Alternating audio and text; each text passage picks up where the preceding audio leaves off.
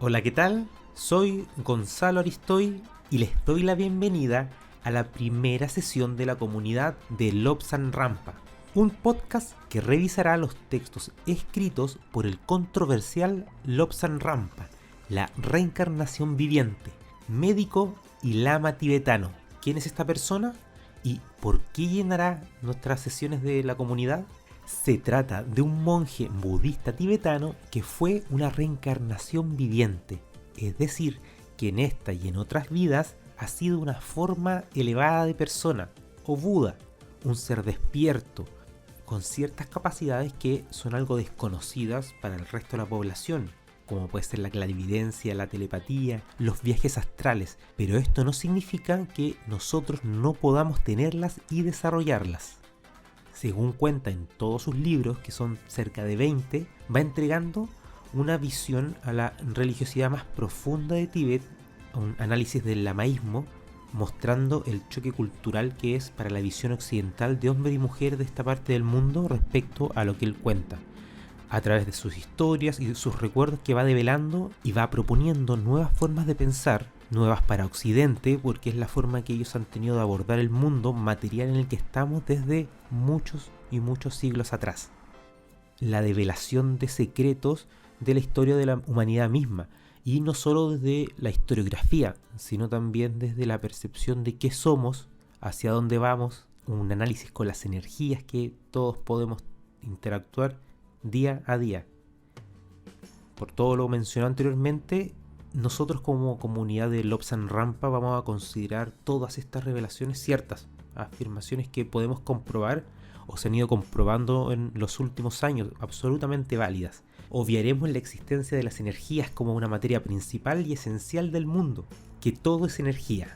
Además, que la muerte es solo un paso, pues hay mucha más vida allá después de la muerte. Sobre la clarividencia también será obvio, será parte de nuestra narración y estará integrado y está integrado en cómo Lobson plantea este mundo material. También sobre los viajes astrales y la telepatía que serán absolutamente posibles. Esta es la base de todo lo publicado por Lobsan Rampa y que este podcast replicará con fe y tratando de aportar siempre algo más, aunque se hace muy difícil aportar por lo novedoso del tema, lo distinto, amplio y profundo en cómo Lobsan aborda y explica las distintas historias que le ocurren y los distintos fenómenos que empieza a vivir y empieza a confirmar. Este viaje lo comenzaremos por el primer libro que publica Lobsan Rampa, El Tercer Ojo, el cual narra literalmente sus primeros años de vida en la capital del Tíbet, en Lhasa, cuando cuenta sobre su vida previa a ingresar a un monasterio lamaísta para aprender medicina, budismo y más. Y el motivo del nombre de este libro responde a una operación que le hicieron en el monasterio en el que le abren físicamente el tercer ojo y se potencia la observación del aura por parte de Lobsan Rampa. Son cerca de 200 páginas en la versión que yo les traigo, de la editorial Troquel, en que termina contando revelaciones trascendentales sobre la historia de la humanidad, que no solo en este libro, en las últimas páginas lo detalla, sino que en distintas de sus creaciones cuenta información muy poco conocida de cómo era el mundo previo al diluvio. Ese es un punto de inflexión que no solo se marca historiográficamente, sino en la mayoría de los manuscritos religiosos, porque se genera un quiebre, y como lo cuenta él, es muy interesante porque revela otra perspectiva de lo que ocurrió. Los invito a que se queden hasta el final porque cuenta de todo, y no solo en este, sino en los siguientes libros escritos también por Lobsan Rampa. El tercer ojo arranca con la historia de Lobson en sus primeros recuerdos. Él es hijo de una familia de gobernantes y de alta clase, por así decirlo, dentro de Tíbet. Era parte de la familia gobernadora. Su padre se desempeñaba en el gobierno, con un alto cargo. Su madre se desprende, no en este, sino que en el resto de los otros libros, que es de las principales familias del Tíbet. También gobernadora, pero por la posición de mujer en ese entonces no se le considera tanto, solamente tenía la estirpe de las familias principales del Tíbet, con alto poder y mucho dinero, a diferencia del resto de la población, en que son principalmente lamas, agricultores y comerciantes.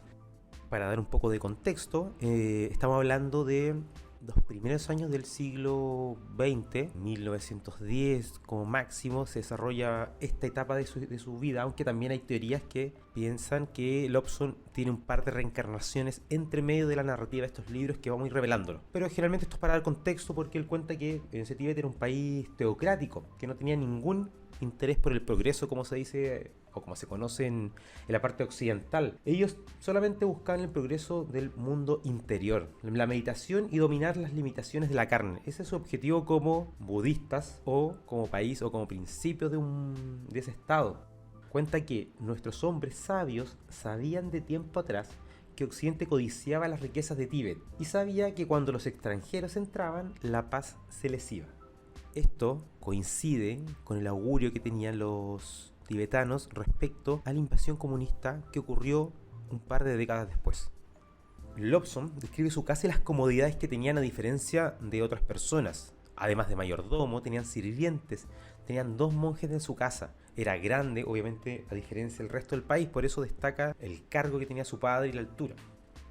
A raíz de su situación socioeconómica alta, existía la creencia de que las personas en esta posición acomodada, como era de su familia, tenían que tener necesariamente un adiestramiento mucho más estricto y mucho más orden, porque la vida tiene que ser dura por todo lo que tiene. Es un principio que ellos profesan.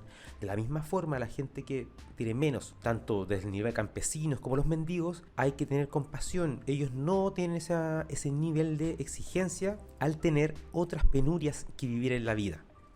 En sus primeros años, previo a internarse en el monasterio tibetano para estudiar medicina, tenía clases dentro de su casa. Esa era la formación que le estaban dando, con mucho estudio, muy exigente como él describe, pero siempre siguiendo los principios de Tíbet, que son devolver bien por bien, no pelear con la gente buena. 3. Leer las escrituras y comprenderlas. Ayudar al prójimo. 5. La ley es severa con los ricos para enseñarles la comprensión y la equidad.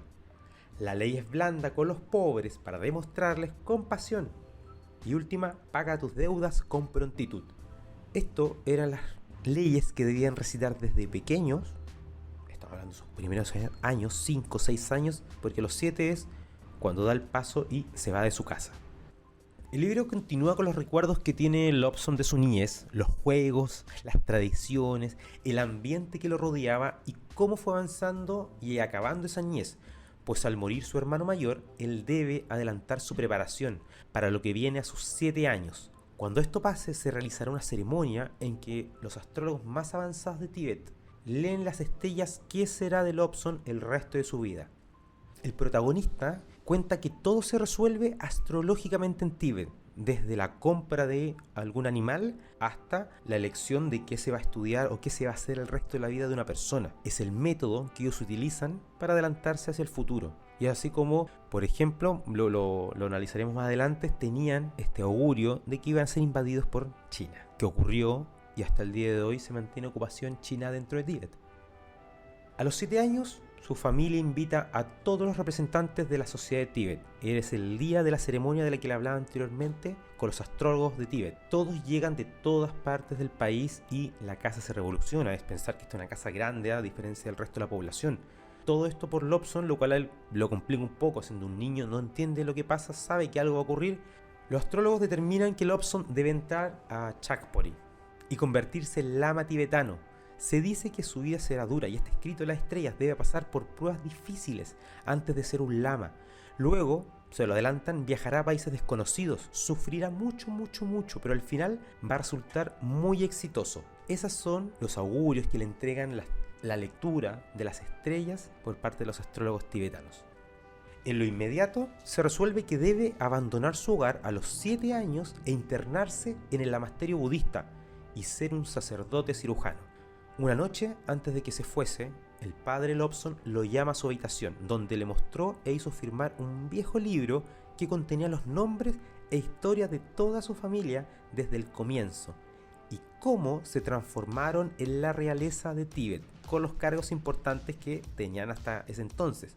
Luego de que Lobsang firmó, su padre le contó parte de la historia de Tíbet antes del diluvio. Cuenta que su padre le habló de la época en que Tíbet tenía unas costas bañadas por un antiguo mar. Y me contó, dice, que eso había sido probado por las excavaciones. Hasta en ese momento, cualquiera que cavara cerca de Lhasa, la ciudad en que ellos estaban, podía extraer animales marinos fosilizados y extrañas caracolas. También había artefactos de un extraño metal y cuya utilidad se desconocía.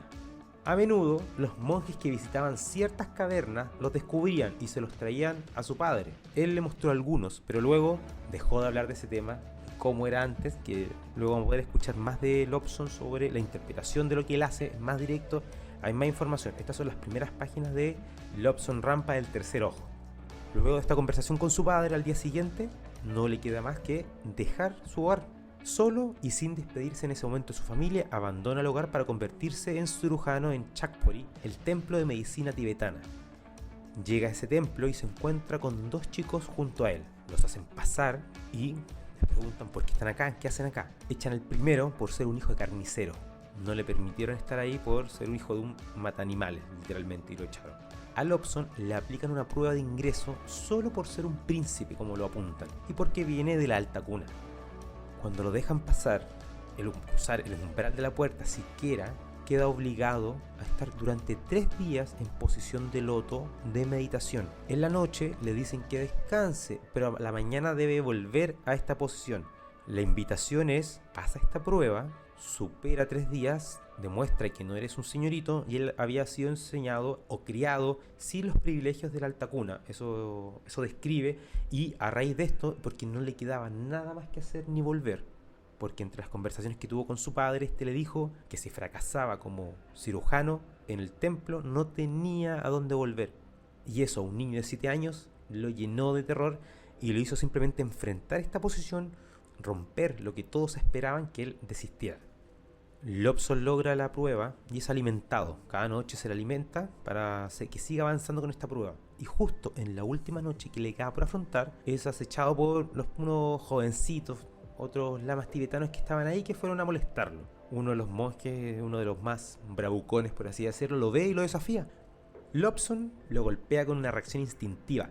Tiene 7 años, pero ha sido entrenado anteriormente por quien fuera su mayordomo. La técnica o el deporte que se le podría homologar a lo que ellos realizan en Tíbet. Según describe más adelante, es un deporte mucho más complejo que el judo, pero es lo que más se le aparece. Él sabe los principales golpes de este juego y se defiende de este niño, y también saca de encima a uno que es uno de los más grandes en altura de su edad en ese momento. Lo deja inconsciente con un golpe localizado que aprendió de su mayordomo. Tras las disputas, es reconocida la habilidad que tiene Lobsang y es invitado por el maestro de acólitos a una reunión. Allí interroga a Lobsang y luego se junta con el abad, que es la máxima autoridad dentro de los distintos lamasterios. Este hombre le cuenta que en el resto de su vida las personas le dirán que él es un hombre importante en la historia de Tíbet. Será una vida difícil, llena de complicaciones, lo mismo que le dijeron los astrólogos, se lo repitió el abad. Será una vida difícil, llena de complicaciones, pero que al final tendrá un éxito. Le cuenta qué pasará con él ahora. Aprenderá medicina, astrología y esoterismo, y mucho más. Y no solo como todos los demás, sino que él será entrenado más aún, y en pocos años sabrá más que muchos que otros lamas. Todos esperan algo de él, pero Lobsang en ese momento no tiene idea de nada, solo tiene hambre. Todos le hablan de dificultades y de un camino exitoso, pero él hasta ese momento no entiende de qué se refiere. En definitiva, Lobsang ingresa con lo que a ellos denominan como un chela, que es el nombre que reciben los estudiantes en ese grado cuando parten. Cuentan en el libro sobre cómo distribuían su día entre el estudio, las ceremonias, que siempre están presentes, el cero descanso que le daban y el poco dormir que tenían. Cuenta que el día empezaba a la medianoche con un servicio religioso en oración, que los despertaba de un sueño en el que ya estaban. Luego de cantos y salmos se iban a dormir luego de 1 hora de actividad religiosa. De la 1 de la madrugada a las 4 podían dormir. A las 4:15 tenían una ceremonia religiosa, hasta las 5 de la madrugada, cuando recibían la primera comida que le entregaban. A las 6 estaban en los salones de clases, estudiaban hasta las 9 de la mañana. De 9 a 9:45 un recreo. un descanso que tenían recién en la mañana. Y antes de las 10 comenzaba el otro bloque de estudio hasta la 1, continuo, es decir, de un cuarto para las 10 a la 1 volver a estudiar. Luego una ceremonia de cerca de 30 minutos, posterior a la segunda tanda de estudio, y consumían un té tsampa, que es una mezcla aceitosa que los mantiene en buen estado con poco alimento durante el día, especialmente en un lugar donde éste escasea. Tras esa comida, 1 hora de ejercicio o de potenciar habilidades manuales. A las 3 tenían 1 hora de descanso, pero debían estar en sus camas necesariamente, quietos, esa era la orden. Luego a las 4 comenzaban 5 horas ininterrumpidas de estudio. Tenían hasta las 9 clases. A las 9 comían su última comida y a las 9:30 se iban a dormir. Hasta nuevamente repetir este ciclo en que eran despertados a la medianoche para comenzar el día de un budista tibetano. Mientras se adecua a los nuevos horarios y se integra a sus primeros días dentro de Chakpori, se le lleva ante quien será el maestro y guía y amigo de Lobsang Rampa, conocido como Mignyang Dangdup. El maestro lo recibe en su habitación personal y le cuenta lo que busca para el futuro para él. El abad mayor ha dicho que podemos trabajar juntos. Hemos trazado tu encarnación previa y fue buena. Ahora queremos volver a desarrollar ciertos poderes y habilidades que tenías entonces. Queremos que en este espacio de unos pocos años acumules más conocimientos que Ulama en toda su larga vida. Todos los hombres deben tener libertad para elegir su propio camino, le dice el maestro. Tu camino será difícil durante 40 años, si sigues el buen camino, pero te llevará a obtener grandes beneficios en la próxima vida. El mal camino te dará comodidades, blandura, dice, riquezas en esta vida, pero no te perfeccionará. Tú, únicamente tú, puedes elegirlo. Y ahí es cuando Lobsang le cuenta que su padre le dijo que no volviera, así que no tenía más alternativa que seguir el camino que al parecer todos le estaban demarcando. De alguna forma ya sospechaba que ese hombre era inteligente e importante dentro de los escalafones de Tíbet. Dangdup es un par y un amigo de Rampa. Se habían conocido en otras vidas. No hay spoiler porque en este mismo y en los siguientes libros se explica y se confirma.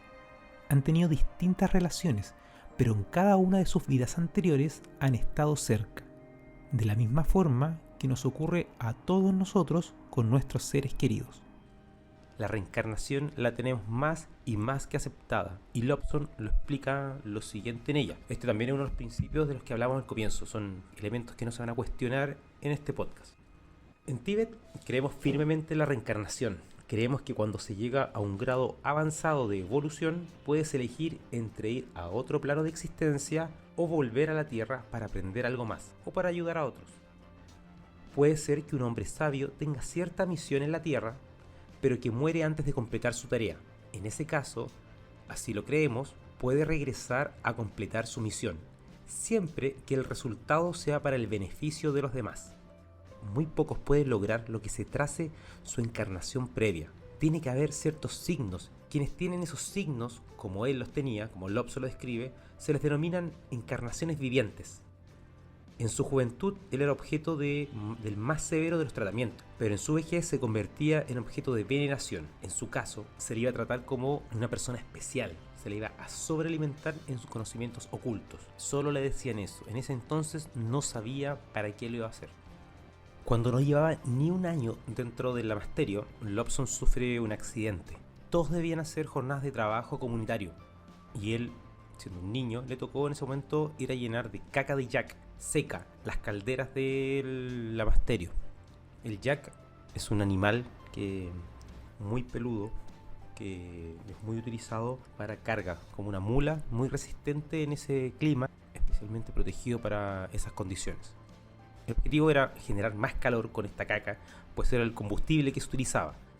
En un momento, por ser empujado por otra persona, cae sobre un fierro ardiente de las calderas que sobresalía de la estructura. Se le queda pegado en la pierna y se le quema hasta el hueso, como describe. Luego, al caer, se quema parte del cuerpo por las cenizas que habían en el piso.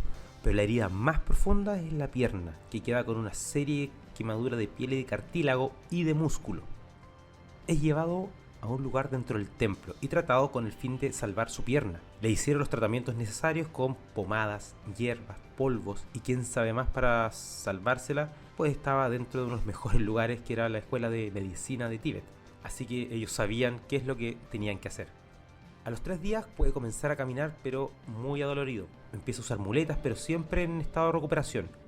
Estudia principalmente con su maestro, en la habitación de este, donde le cuenta que mucho de lo que se lee ya lo sabe y que de esta forma lo va recordando por ser una reencarnación viviente. La mayor parte de su recuperación la pasa con su maestro Tondup. A Lobsang lo vuelven a incluir adentro de las tareas domésticas. A pesar de estar hace un par de semanas con el accidente, pues en Tíbet se tiene la lógica de que todos tienen que aportar en estas tareas denominadas domésticas, especialmente para estar al nivel de las personas que habitualmente las hacen. Con esto se gana el conocimiento sobre las áreas y se quita discriminación si es que todos trabajan codo a codo sin importar el rango. En este caso, a Lobsang le dieron una tarea muy sencilla, que era contar las bolsas de cebada tostada, que era una de las partes principales de la alimentación de los monjes. Esta se entregaba a cada monje, quienes la aportaban, y luego se mezclaba con un té mantecado y se hacía una masa y se comían las distintas comidas. Era la base de todos. Volviendo al tema de las relaciones de trabajo, existía dentro de Tíbet un día en que los subordinados le podían decir lo que quisieran a sus superiores. Eso les había ayudado, según contaba, a avanzar como una comunidad e identificar cuáles eran sus problemas.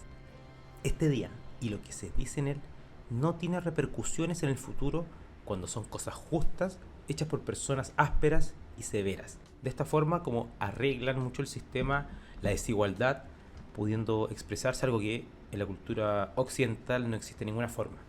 Lo otro que no existe de ninguna otra forma en la cultura occidental es que dentro de las ramas de estudio, por ejemplo la medicina, se sorprenderían muchas escuelas de medicina que la astrología es fundamental asociada a la matemática. Otra de las cosas que menciona Lobsang que es interesante y cómo le enseñan es a tener mucha memoria y cómo aprender a memorizar y aprender todo lo que ahí le enseñaban. Él cuenta que con el paso de los siglos se había desarrollado métodos para adiestrar la memoria. Imaginábamos que estábamos en un cuarto con las paredes cubiertas de millares y millares de cajones. En cada cajón había un rótulo claramente escrito que se podía leer con toda comodidad desde donde nos hallábamos. Cada cosa que nos enseñaban tenía que ser clasificada y nos decían que imagináramos que abríamos el cajón indicado para poner el conocimiento dentro. Teníamos que visualizarlo perfectamente mientras lo hacíamos. Visualizar el conocimiento y el lugar exacto donde estaba ese cajón. Con un poco de práctica era absolutamente fácil entrar en el cuarto, obviamente en la imaginación, abrir el cajón correcto y extraer el conocimiento requerido, así como todo lo que a este se le relacionaba. La que describe Lobsang en el libro es una técnica similar a lo que se le conoce como el palacio de la memoria, que consiste en crear mentalmente un palacio, un espacio donde se van a ir en distintas habitaciones o cajones, se van guardando los recuerdos según nosotros queremos. En definitiva, esta era la vida que Lobsang Rampa tenía dentro del lamasterio, lo que tenía que estudiar, las reglas que tenía que seguir y el sistema en el cual se inmiscuyó.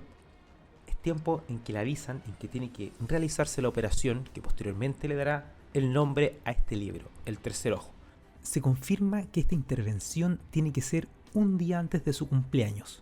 Todo esto lo informaron los astrólogos de Tíbet y con eso se potenciará el uso del tercer ojo. En definitiva, el día llegó, se le dio libre, pero durante la tarde comenzaron los preparativos. Primero, con presas de hierba en la cabeza por parte de 3 lamas de alto rango, incluido su guía. ¿Qué es lo que le hacen? Se le perforó el cráneo con algo así como un taladro manual. Luego se le insertó en la cabeza una astilla que había sido tratada con hierbas y fuego. Luego pasó en la oscuridad para mantener el proceso y solo fue visitado por estos cirujanos. El fin de este procedimiento, ¿cuál era? No era más que potenciar su habilidad de ver el aura de las personas e identificarlas tal y como son. Su maestro le dice: por el resto de tu vida verás a la gente tal cual es y no como pretende ser. Lobsang cuenta que esta fue una experiencia muy extraña, ver a esos hombres aparentemente envueltos en una llama dorada. Solo después comprendió que las auras de estos hombres eran doradas por la vida pura que hacían y que la mayoría de la gente tenía un aspecto muy distinto en verdad. Las primeras auras que pudo ver eran de gente santa. Con el tiempo empezó a rodearse con lamas de una vibración más baja o personas comunes y corrientes que le confirmaron que había muchas opciones y mucha variedad de colores dentro de las auras humanas. A medida que el nuevo sentido se le fue desarrollando, siempre bajo la atenta instrucción de los lamas, pudo observar que había otras emanaciones que se extendían más allá del aura más profunda. A su tiempo, aprendió a determinar el estado de salud de una persona por el color y la intensidad del aura. También pudo saber cuándo decían la verdad o mentían por la forma en que fluctuaban los colores. De ahí en más su vida cambia y se transforma en un ser humano absolutamente distinto. Se sorprende, como les decía, porque ahora ve a los hombres con auras, como si estuviesen cubiertos de fuego, los más enojados, y otros de otros colores dependiendo del estado de ánimo, de energía y la salud. De ahí que Lobsang destaca que es importante, por ejemplo, que no solo saber qué día nació una persona para de esta forma diagnosticar X medicina dependiendo de su carta natal, pues también destaca que es importante estar al tanto de su aura para decidir qué remedio tomar o cuál no. Esto dista completamente de la visión que se tiene para tratar enfermedades en Occidente. Primero, no se observa el aura y segundo, tampoco se ven las cartas astrales ni la astrología tiene ninguna intervención. Son todas estas situaciones que, como comunidad de Lobsang Rampa, apoyamos tajantemente. Primero, la posibilidad de que la astrología puede regirlo todo. Y en segundo lugar, que tenemos un aura que nos puede determinar si las cosas están bien o las cosas están mal en nuestro cuerpo, especialmente en temas de enfermedad. Respecto a la apertura del tercer ojo, Lobsang menciona que esta era una habilidad humana que se perdió y si se trabaja se puede desarrollar. No es el único, él no es la única persona que lo tiene, todos nosotros tenemos esta habilidad. Hace muchos años, de acuerdo con nuestras leyendas, cuenta Lobsang, todos los hombres y mujeres podían usar el tercer ojo. En aquella época, los dioses estaban en la tierra y se mezclaban con los hombres. La humanidad tuvo visiones de reemplazar a los dioses y trató de matarlos, olvidando lo que el hombre podía ver, los dioses podían verlo mejor. Como castigo, se cerró el tercer ojo del hombre. A lo largo de los años, unos pocos nacieron con la habilidad para ver clarividencia. Quienes la tienen por naturaleza pueden aumentar su poder mediante un método apropiado como lo hicieron a él. Como se trataba de un talento especial, había que tratarlo con cuidado y respeto. El abad un día le dijo: ahora tienes esta habilidad, una habilidad que la mayoría le ha sido negada. Úsala solo para hacer el bien y nunca en tu propio provecho.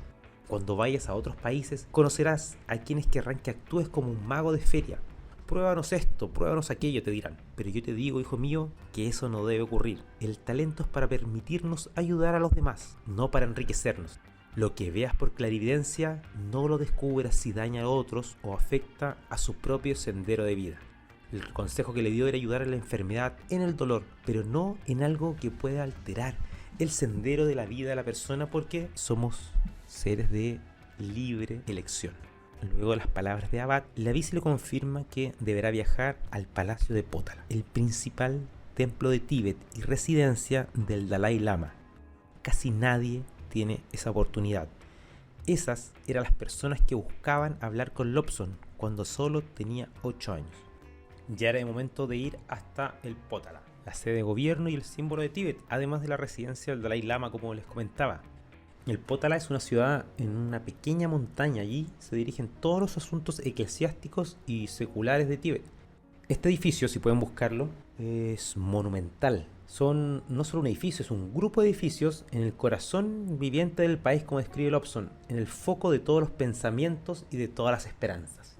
Dentro de las paredes hay tesorerías con lingotes de oro, bolsas y bolsas de gemas y curiosidades de épocas pasadas. Los edificios actuales tienen solo unos 350 años, pero fueron construidos sobre los cimientos de un antiguo palacio. Antes de eso, en la cima de la montaña había un fuerte amurallado. En este lugar fue a visitar al Dalai Lama, quien le pidió que se sentara un poco más cerca de él para que pudieran conversar mejor. Así lo hizo, y el Dalai Lama le demostró que conocía todo sobre Rampa y le reconoció el derecho que él tenía de nacimiento al don de la clarividencia.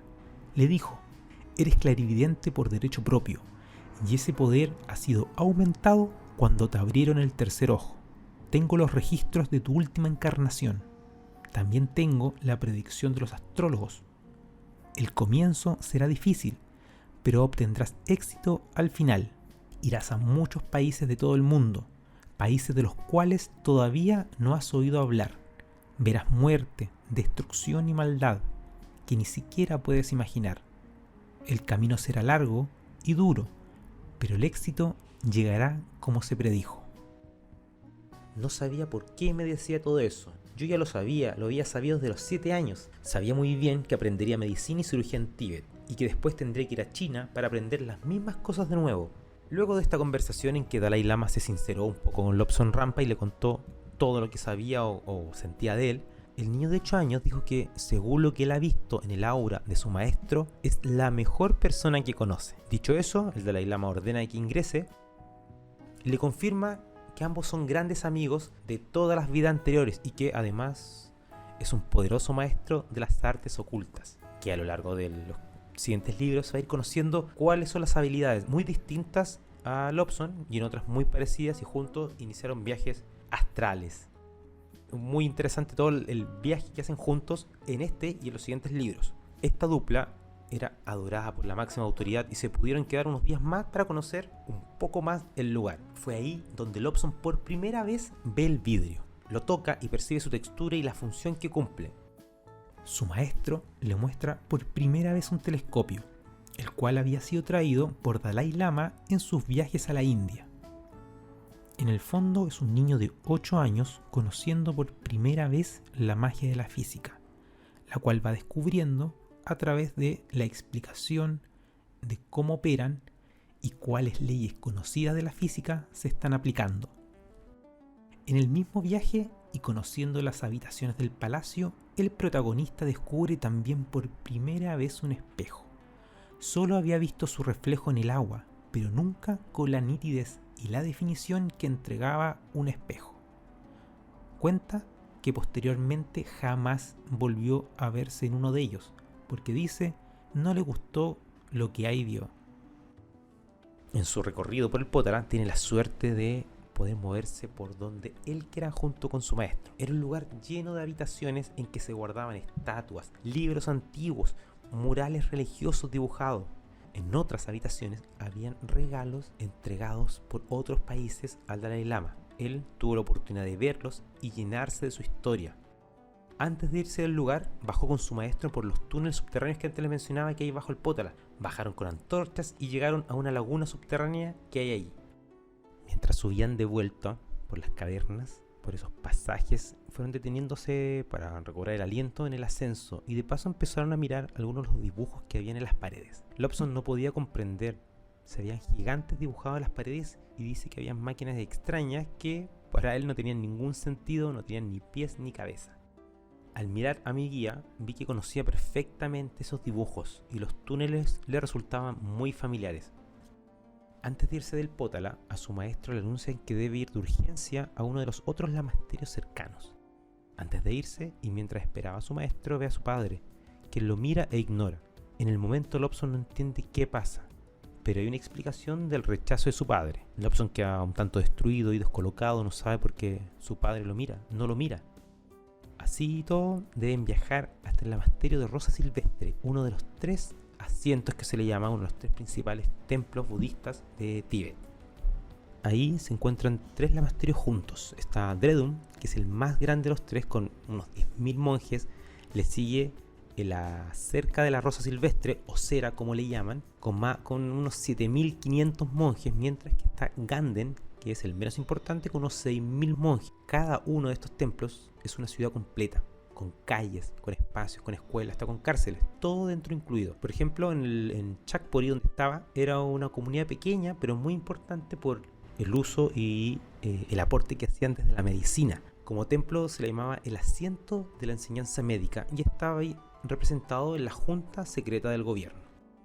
En ese viaje, Jeonju salva la vida de un monje que había tenido un accidente con fractura de cráneo. Primero, lo llenan de hierbas medicinales que prevengan hemorragias porque le abre el cuero cabelludo y expone el hueso roto. le realiza una operación uniendo este hueso ya roto con unas cuñas de plata. Luego le cose la piel y lo trata con más hierbas. Lobsang se transforma en el asistente en ese instante de su maestro. Gracias a este viaje, Lobsang conoce la disciplina que hay en otros lamasterios, que ni eran tan estrictos como Chakpori y sin las enseñanzas de medicina, por ejemplo, o astrología avanzada, o deportes como el judo. Es muy útil en la autodefensa, pero que ellos, como lamas cirujanos, usaban para adormecer a pacientes y dejarlos inconscientes para operar y luego tratar.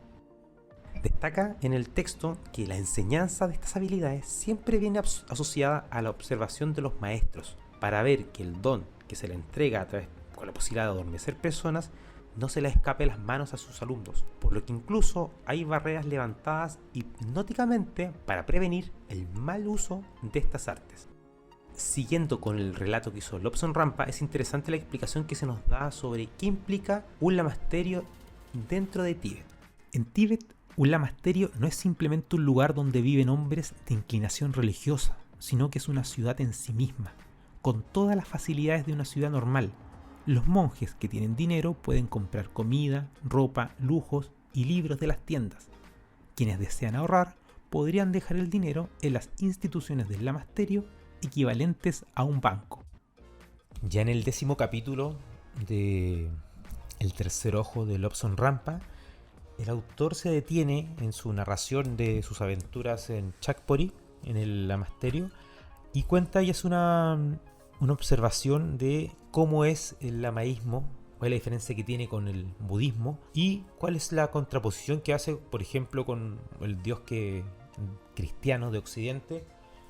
Es un dios que se le pueden pedir favores, es un dios que se le puede pedir misericordia, se le puede comprar de cierta forma, lo destaca aquí. Para ellos, su religión es una forma de budismo, pero no tienen una palabra que lo distinga ni lo pueda traducir literalmente. Ellos se refieren a ella como la religión. Quienes la practican son los internos y quienes practican otras religiones son los externos.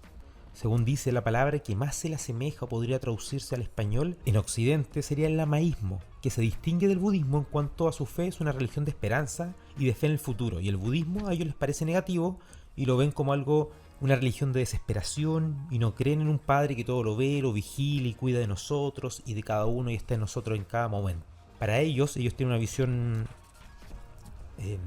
superior, si lo quieren plantear hablando de un ser supremo, de un Dios real que existe, que está si bien en todo momento, pero no es juzgador, no hay pecados a quienes sobre el cual arrepentirse constantemente para luego volver a cometer los pecados.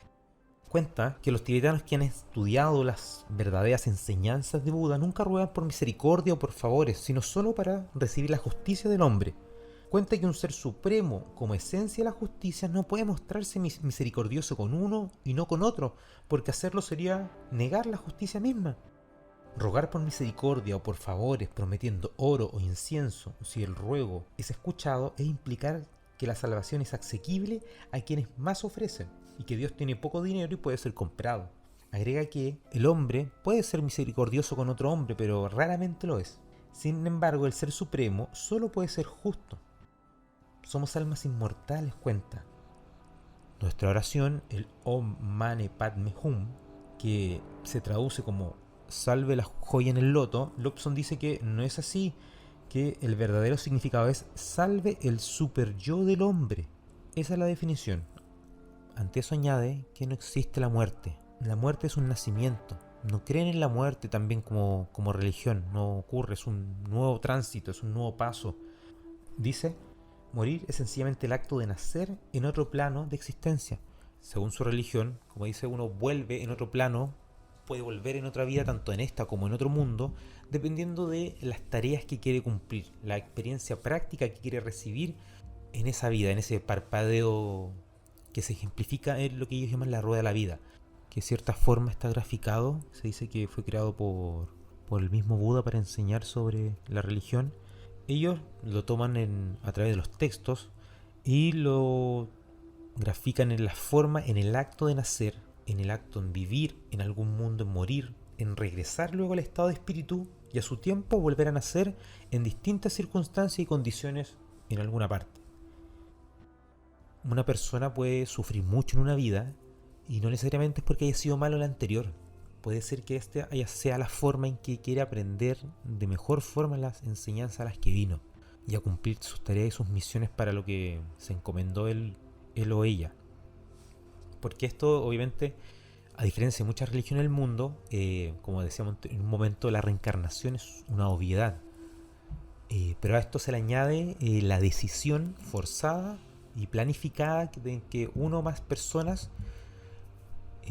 viajen a la Tierra, viajen a ciertos mundos y tengan un propósito, planificaciones y decisión. El tema es despertar en esta Tierra y poder ejecutarlos. Esa es la enseñanza que se les da en el lamasterio con mayor profundidad para lograr ese despertar espiritual. Añade que es imposible o muy difícil explicar la religión tibetana en pocos párrafos. Para él dice que son muchos los textos, son más de 100 libros sobre este tema y que a la vez esos son los oficiales. Además está lleno de lamasterios donde hay decenas de libros perdidos o escondidos donde solo ciertas personas tienen acceso a leerlos. En Tíbet se siguen practicando lo que para Occidente son conocidas como fuerzas o leyes oscuras o ocultas, simplemente porque la ciencia no ha podido confirmarlas. Y han esperado a través del método científico poder hacerlo, pero ellos no se han detenido y han seguido practicándolas e interesándose en estas áreas. Como por ejemplo la clarividencia. Lobson dice que la prueba, él es clarividente, dice que todos podemos serlo, es una habilidad que se puede desarrollar también, se puede trabajar, pero si se tienen otras habilidades como por ejemplo la lectura de auras, porque también vamos a partir de esa base que todos lo tienen, allá se les enseña, tenemos auras y en particular todos tienen aureolas que nos rodean a nuestro cuerpo y dependiendo de la intensidad que tienen estos colores se puede deducir la salud, la integridad de la persona o como he dicho anteriormente el estado general. ¿Qué es esta aureola?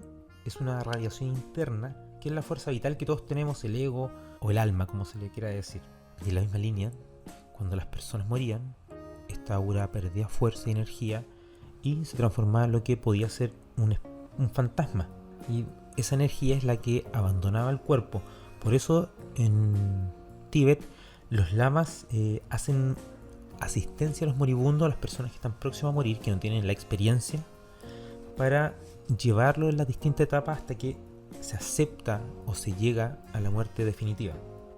Por eso la mayoría de los tibetanos no les representa miedo a la muerte. Es parte de su cultura, pero no por eso le va a ser más o menos fácil hacer el tránsito hacia ello. Por eso se les asistía con plegarias, oraciones. En el fondo están transcritas aquí en el libro, no se detalla, son bien largas, pero es una invitación a seguir los caminos, a dejar este cuerpo físico, a dejar la materialidad, conectarse con lo que viene y soltar y seguir. Y ellos lo sentían, incluso lo veían, para que hiciese su camino.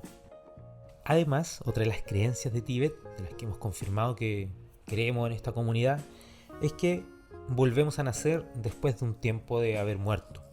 No necesariamente en la Tierra. Lobson cuenta, dice, hay millones de mundos y sabemos que la mayoría están habitados. Estos habitantes pueden tener formas muy distintas de las que conocemos, pueden ser superiores a los humanos. En Tíbet jamás nos hemos aferrado a la idea de que el hombre es la forma más alta y más noble de evolución. Creemos que en otra parte se pueden encontrar formas mucho más altas que no arrojan bombas atómicas. En Tíbet he visto extraños aparatos en el aire. La mayoría los llama carrozas de los dioses. El lama Nignar Dondup me dijo que un grupo de lamas había establecido contacto telepático con esos dioses, que dijeron haber estado observando la Tierra, aparentemente del mismo modo que los humanos observan a los animales salvajes y en peligro en un zoológico. Esa es la visión que tiene Lobson de cómo nos ven los extraterrestres. Ya confirma que los hay por millones en otras partes del mundo a los cuales se puede ir o nacer en otros lados con otras formas, no solo físicas, sus leyes universales pueden ser muy distintas, las leyes de la física, las formas, todo es muy distinto, lo describen unos libros en que tienen contacto con donde hacen un viaje astral a otra parte del universo. Otra de las creencias y las bases que se le enseñan en Tíbet es sobre la levitación. Cuenta que es posible, lo realizó él y pudo levitar. Sin embargo, requiere demasiada práctica y mucho gasto de energía si se compara con los viajes astrales. Con ellos, cualquier persona podía salir de su cuerpo, dormir, dejar el cuerpo donde estaba e ir a cualquier parte no solo del mundo, del universo. Cuenta, cuando dormimos es solo el cuerpo físico el que necesita descanso. El espíritu se desprende y generalmente va al reino espiritual de un modo muy semejante al del niño que regresa al hogar después de la escuela. El ego y el cuerpo físico mantienen contacto por medio de la cuerda de plata, que es capaz de extenderse de modo ilimitado. El cuerpo permanece vivo mientras la cuerda está intacta. Al morir esa cuerda se separa y el espíritu nace en otra vida en el mundo espiritual, del mismo modo como se corta un cordón umbilical. Mientras esta cuerda de plata se mantenga intacta, el ego está en libertad de vagar durante el sueño o conscientemente, como en el caso de quienes ya han sido adiestrados, pero habla de que todos pueden hacerlo. En Tíbet viajamos mucho por proyección astral. Todo el proceso está bajo nuestro control. Se hace que el ego abandone el cuerpo físico, aunque sigue acostado y conectado por él por medio de la cuerda de plata. La mayoría de las personas tiene habilidades de hacer viajes astrales. Muchos han comenzado a viajar de ese modo y como no están adiestrados experimentan un shock.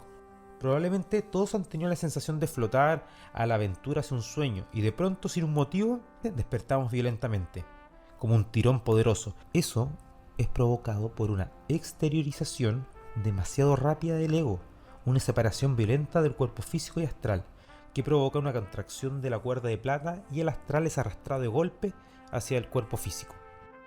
La sensación es mucho peor cuando se ha viajado y se regresa. El astral flota a muchos metros encima del cuerpo, como un globo en el extremo de una cuerda. El cuerpo despierta de súbito y se tiene la horrible sensación de que se está cayendo como una montaña. Como le decía Lobson, ese viaje astral está completamente bajo su control. Está consciente de lo que se hace en todo momento. Se requiere una práctica, sí, pero como todo en la vida, y los primeros pasos tienen que ir de a poco asimilando las habilidades que se tiene, hacer pruebas y luego dejarse llevar por un viaje astral completo. Puede ser inquietante, dice, puede asustar, puede generar shock, pero lo principal es tener un maestro que lo instruya. Esta práctica no ofrece ningún peligro para la persona, pero como decía, se puede tener alguna perturbación mental o emocional o algún shock, porque en el astral no se puede morir, no hay problema, pero lo que se puede llegar a ver puede generar este tipo de reacciones y forzar a que el cuerpo vuelva de súbito y también puede ser peligroso. Dice que quienes tienen el corazón débil no pueden hacer este tipo de viajes, porque por ejemplo si otra persona entra a la habitación y los despierta puede ser mortal incluso. Lobson en resumidas cuentas explica que todos en Tíbet tienen la creencia de que antes de la caída del hombre todos tenían la habilidad de ocupar el cuerpo astral, ver por clarividencia, eran telepáticos y se podía practicar la levitación. Su versión como tibetanos es que esa caída es que el hombre abusó de los poderes ocultos y lo usó en propio interés en vez de hacerlo para el progreso de la humanidad en su momento. En tiempos remotos, todos se comunicaban a través de la telepatía. Era la forma de comunicarse entre las tribus que existían en ese entonces en la Tierra. Y también existían las versiones habladas del idioma, pero se usaba exclusivamente entre ellos de la tribu. Y aquí agrega Lobson. Y el idioma telepático, por supuesto, era por pensamiento y todos lo comprendían, sea cual fuera el idioma local. Cuando se perdió el poder de la telepatía, por abuso se produjo una gran Babel, cuenta Lobson, que es la historia que todos conocemos de la Torre de Babel. Lobson continúa detallando cuáles son las creencias que se tiene en Tíbet y son transversalmente aceptadas. Dice que forma parte de su fe creer que es posible predecir las probabilidades del futuro. Para nosotros la adivinación, dice, por cualquier medio es una ciencia y es segura. Creemos en la astrología. Para nosotros las influencias astrológicas no son más que rayos cósmicos coloreados o alterados por la naturaleza del cuerpo que lo refleja la Tierra. Es decir, somos bañados por cierto tipo de rayos cósmicos en el día de nuestro nacimiento y de ahí más se nos determina nuestra vida. De ahí que en Tíbet se acepte abiertamente la idea de que la astrología rige nuestra vida y con ella se puede determinar información y se puede predecir otra información muy relevante para todos nosotros.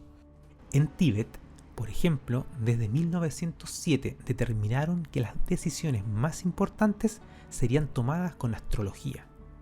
Esto porque ya tenían en sus manos una predicción de que serían invadidos, las cuales fueron mostradas en su momento por los lamas con los británicos que fueron a entablar relaciones con Tíbet.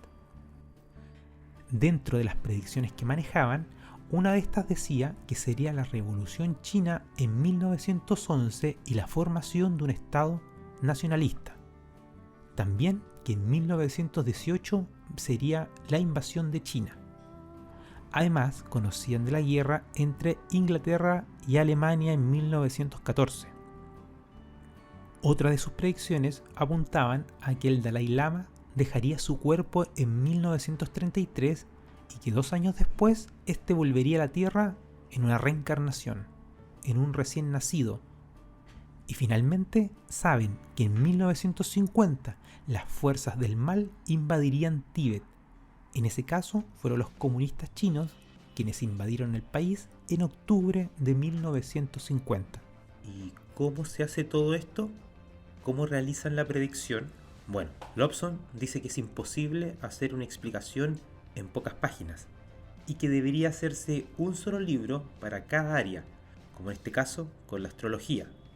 De la misma forma que para nosotros es casi imposible hacer la revisión del libro en pocos minutos. Y por lo mismo cerramos acá la primera parte de la revisión del libro El tercer ojo de Lobsang Rampa. En la segunda, que ya se encuentra publicado para que lo puedan continuar escuchando, seguimos con la revisión de este libro y continuamos